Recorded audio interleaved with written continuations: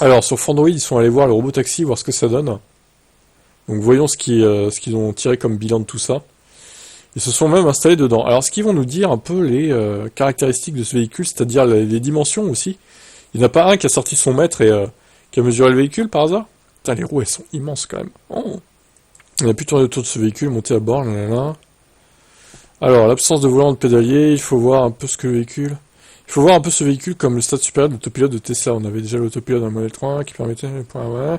L'idée ici, vous l'aurez compris, c'est qu'on n'a plus besoin de supervision. Ouais, bah c'est sûr, il n'y a pas de volant ni de pédale. On avait compris, effectivement. Quand on rentre à l'intérieur, le premier détail qu'on peut remarquer, en dehors de l'absence de volant, c'est l'écran immense, c'est l'absence de pédale. C'est qu'on a seulement deux places. Et regardez les sièges, c'est pas vraiment des sièges qu'on a l'habitude de voir. On est plus sur un fauteuil, en fait, quelque chose de plus confortable. Ouais, effectivement, ça a l'air super confortable. Très peu de boutons, on a les boutons pour le réglage des vitres, et l'écran de 21 pouces servira au divertissement. Il y a énormément d'espace pour les jambes, je fais quand même 1m80, je suis pas un petit gabarit, et vraiment, je me sens vraiment très bien. Pour le reste, à l'intérieur, on peut voir que la planche de bord, ça ressemble pas mal à ce qu'on a pu voir sur la modèle 3. Rien de dépaysant. C'est bien d'avoir des photos quand même nettes de ce qui est à l'intérieur. Les ceintures de sécurité, nanana. On a l'impression de voir un mini Cybertruck. C'est un peu ça l'idée, mais ça rend pas trop mal, je trouve. Ah, le coffre, ça c'est bien aussi.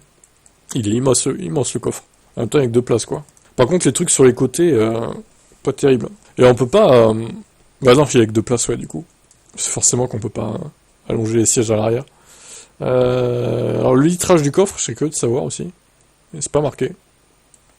On parle des roues qui donnent un look spécial, nanana. Le design, moi, j'aime bien.